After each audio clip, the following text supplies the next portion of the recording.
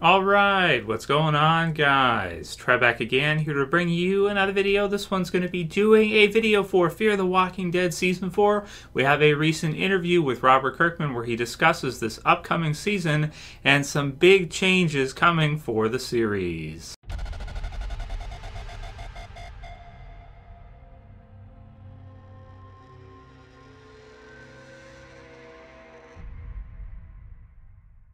And possible spoiler warning if you're not caught up for Fear the Walking Dead Season 4, and it will also affect the ending for The Walking Dead Season 8, as we're going to see Morgan cross over from The Walking Dead into Fear the Walking Dead. So we have an interview. I'll put the link in the description. Entertainment Weekly. You guys want to check this one out, getting us set and ready for some big changes coming in Fear the Walking Dead, starting with Season 4. So we got this new picture of Lennie James and an unknown female, I guess. Morgan and an unknown female in the Walking Dead. So this is pretty cool. I'm not sure if she's driving like a bus or a large truck or something. It's got one of those steering wheels where it kind of goes all the way around, one of the big ones.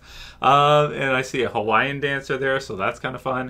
We've got a fan back in there, and we've got Morgan who's looking at something. So this could be really interesting, possibly him on the road with her. How he'll run into the Fear the Walking Dead group, we're going to have to see. But from the sounds of things and the looks of things, this season is going to be quite a bit different for Fear the Walking Dead. So the article reads, there are big changes coming to Fear the Walking Dead when the 4th season premieres April 15th on AMC, and one of the biggest is the fact that a character from the original Walking Dead, Morgan, played by Lennie James, will be moving over to the companion series. That's a pretty bold move, connecting these shows like that, especially considering they were not sharing the same timeline, but it is one which Walking Dead comics creator and executive producer of both shows, Robert Kirkman, says was always in consideration from when the spin-off first launched back in 2016, or the companion series, we could say, or 2015, sorry.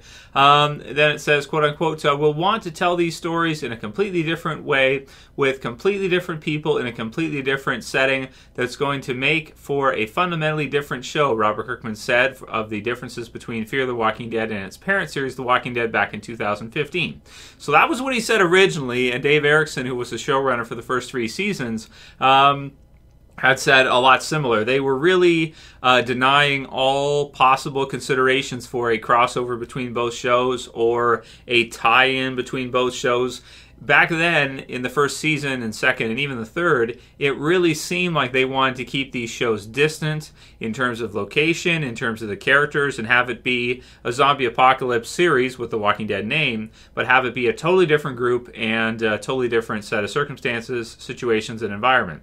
It says here then, however, now that that Fear the Walking Dead has established itself as a separate entity, Kirkman is ready to mix things up again, and it says, quote unquote, I don't want to spoil anything story-wise, Kirkman tells Entertainment Weekly, but we are changing things a great deal. It's going to be a much different show. And let's stop there for a second. So there are big changes to the show. It's going to be a much different show than what we've seen from Fear the Walking Dead Season 3. And, you know, rightfully so. I mean, it seems so. It looks like this is going to be a different show. You take Morgan, who is a very strong lead from The Walking Dead. You move him into Fear. You have probably some of the original Fear group. I don't know if all of them are going to translate here. I would not be surprised if certain characters are kind of left by the wayside. Characters like Taka and you know, Daniel and some of the others. I mean, you know, really don't know, you know, how many Luciana apparently is going to return, but what this all looks like, we're going to have to wait and see. This could be really interesting, but you know, I just, you know, it's a big question mark right now of how this is going to all fit together. Then they continue, when we started Fear the Walking Dead, the original idea actually included some things that would eventually tie in with the other show, says Kirkman. We wanted to give it a few seasons to find its sea legs, so to speak. I always say that myself. And make sure that it stood on its own and provided its own experience. The goal was that eventually, once we had established that, we would find some kind of creative way to tie things in. So this is totally new news to me, because for the last 3 years, I have been, you know, hearing in interviews and after doing, you know, fan theories of possible crossovers, whispers this and whispers that. They always denied it. They always shot it down. But now he's saying, I'm not going to call anybody a liar here, but now he's saying that it was always a consideration, or it was always like something that they could do if they wanted to do, which is to have them tie in. And even though at the beginning they didn't really want to tie them in too quickly, eventually the goal was to have them find a way and eventually have them kind of connect in some way. So I feel like I've been lied to. Let's continue. Once they decided to link the series through an actual character, the next step involved finding the best one to cross over. Then it says, when Scott suggested moving Morgan over, says Kirkman of Scott Gimple, who now oversees both programs, it seemed like a really great idea and a really cool way to bring things in. I know the audience doesn't really know exactly how that makes sense yet, or what's actually coming of it.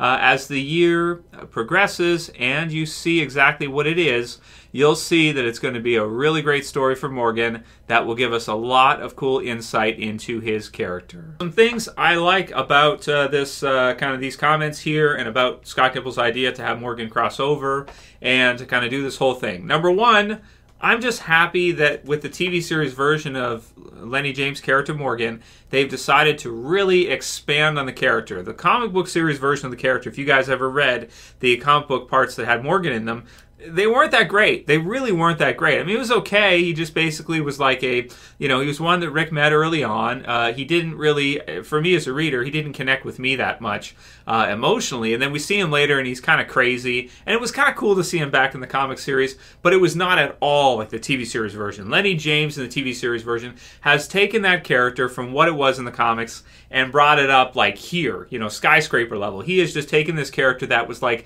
this kooky, crazy guy, and Scott Gimple too, because he wrote, Clear. He did a lot. He was show running for the comeback of Morgan in season 5 when he was coming back, and Here's Not Here and episodes like this. They just took this character that was kind of like and okay, he's crazy, I get it, and they just brought him like way up, as where we're seeing in season 8. He's one of the stars of the season. You see him going through killing all these people, and he's back and forth in the killing issue. But now that we're seeing season 8, it almost feels like he's ahead of that curve. Like he's already considered all these ideas. He's got a good foundation. He's kind of questioned back and forth. He knows what to do now as far as, having to kill people to survive, and sometimes it's necessary in the zombie apocalypse. And everyone else is kind of like just getting into this, it's like they're thinking about, they're pondering this question that Morgan has already spent, years kind of analyzing, going over, and realizing that it has to be gray. It cannot be black or white, all or nothing.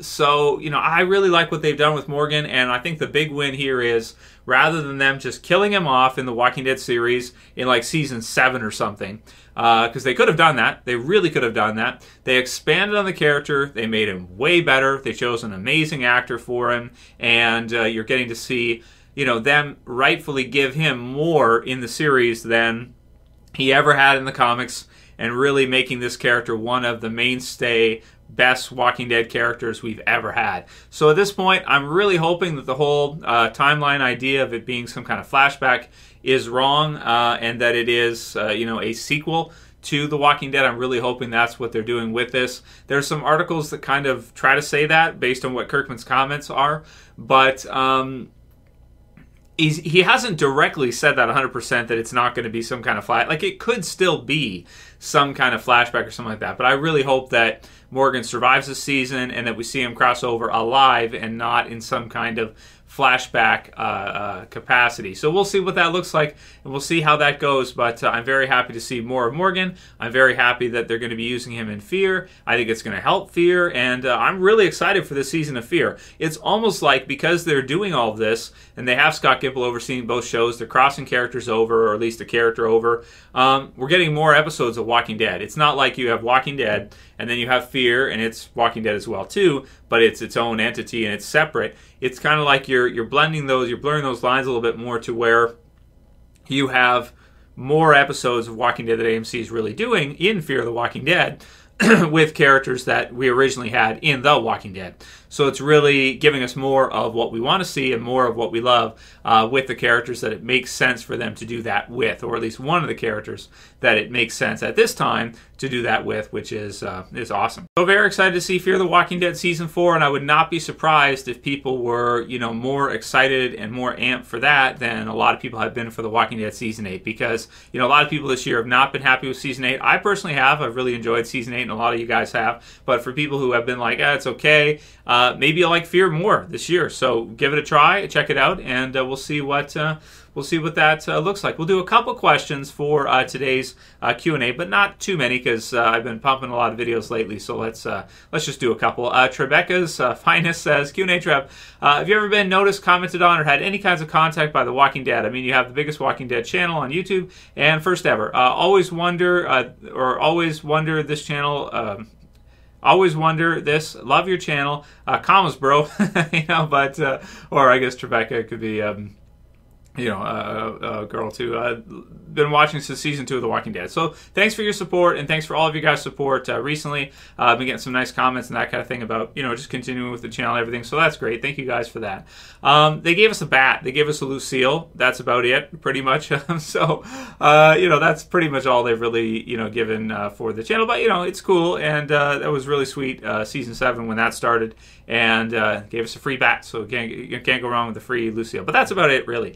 Trav, I think the Carl writing in the mid-season trailer is brilliant. After rewatching the death of Lori, she tells young Carl, "You are going to beat this world." She goes on to say, "You got to do what's right, baby. Promise me you will always do what's right. It's so easy to do the wrong things or the wrong thing in this world. Don't let the world spoil you." Carl beats the world by staying good regardless of dying. He beats the world. Carl tells Rick at the end of the trailer, "Mom told me I was going to beat this world." And then it says there's a cut, and then you will.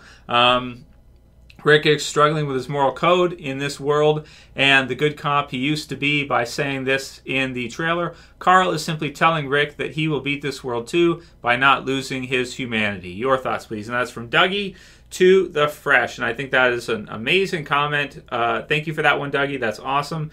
And that's true. I haven't gone back. I did go back and watch Killer Within, I think last summer. The thing is that there's so many episodes of The Walking Dead. There's so much dialogue in different seasons and different episodes that it's easy to forget, certain lines that were said back, 5 years ago in season 3 or even longer than that. But that's really cool, yeah. And how that ties in with Carl's behavior in the TV series versus the comic, again, is quite a bit different. The effect that would have on Carl with Lori's dying words to say that, as well too, would have an effect on him later on, and it would be natural for him to kind of, follow with that, and as he's dying, behave in a similar way. So that's just a really great mention, a great call out, Dougie. So thanks for sending that through. And yeah, as far as the story goes and what we're seeing kind of form here, it's easy to kind of jump to conclusions to say like, okay, well, Carl tried to kill Negan last season, now he's doing this.